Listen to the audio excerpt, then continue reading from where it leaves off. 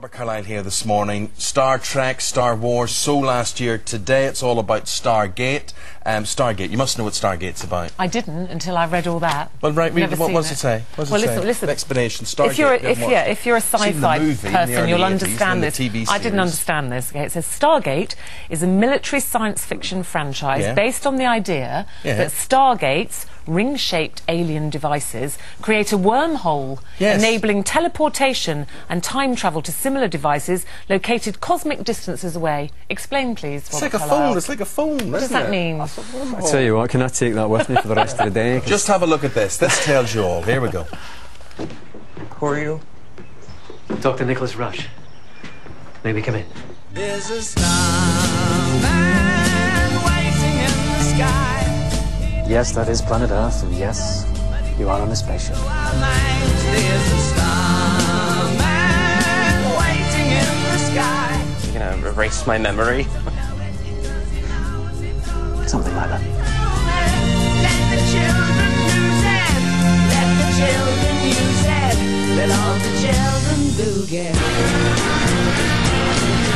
Where the hell are we? Do you get to travel through the Stargate? I do indeed, yes, several times, back and forward. All in glorious HD. We've just been talking about HD. No one wants to be filmed in HD, especially when you're approaching your 50th birthday. You don't want that. Yeah. But it is a big selling point, and a lot of aficionados. The special effects will look absolutely marvellous in HD. Aye. But the whole thing, I mean, the amount of money that's spent on this per episode is frightening compared to what we spend saying a low-budget movie. And you're talking something like $2 million per episode. That could make at least 5 movies over here. So you can see it on the screen. Well, but I was reading that you're not a sci-fi fan at all. You weren't until you did this. No, I was, thank you. No, I wasn't really. I mean, I grew up with Star Trek. I loved Star Trek as a kid. And certain science fiction that I've enjoyed through the years. You know, 2001, which I went back and looked at before I had a look at this. The Alien films as well, I thought were brilliant. But so did you kind of lock yourself away and do your research and watch lots of sci-fi? I was sent like a pile of this, you know, like this Stargate episodes and stuff, and I watched bits of it and then I got a bit frightened and then I didn't watch it anymore.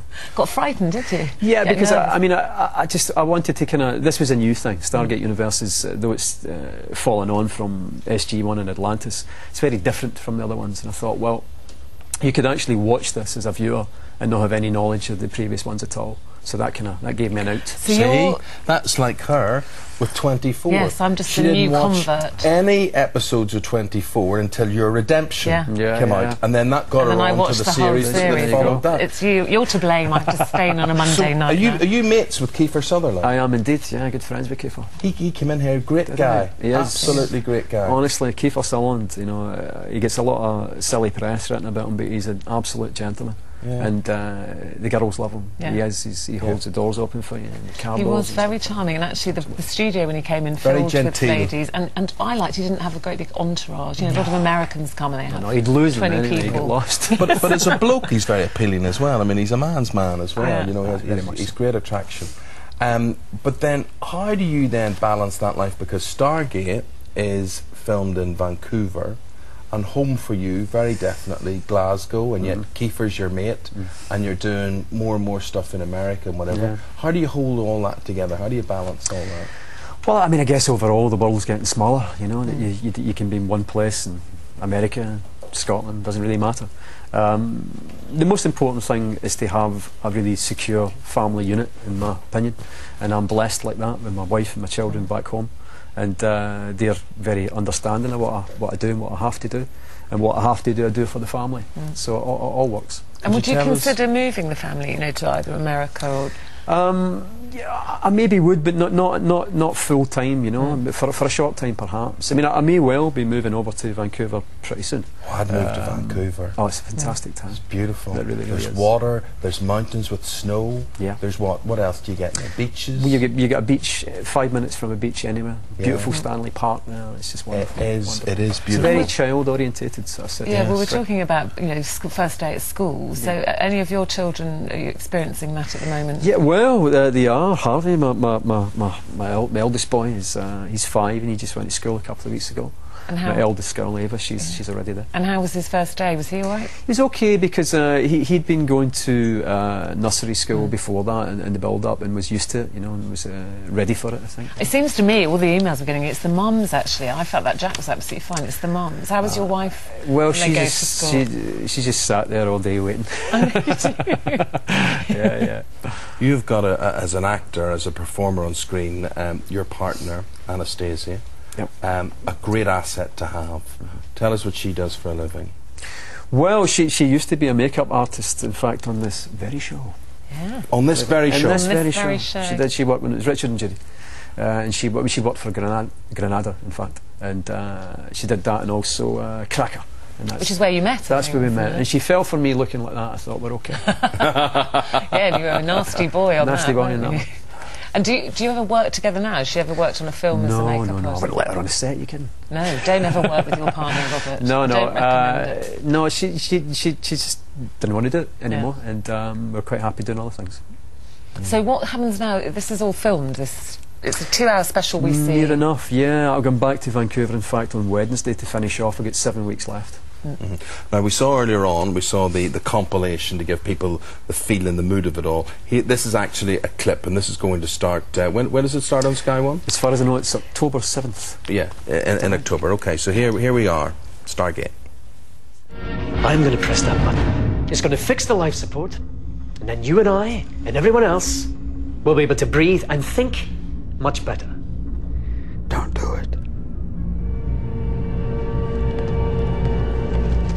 Okay, look, Sergeant.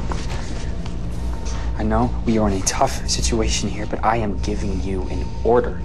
Lower your weapon.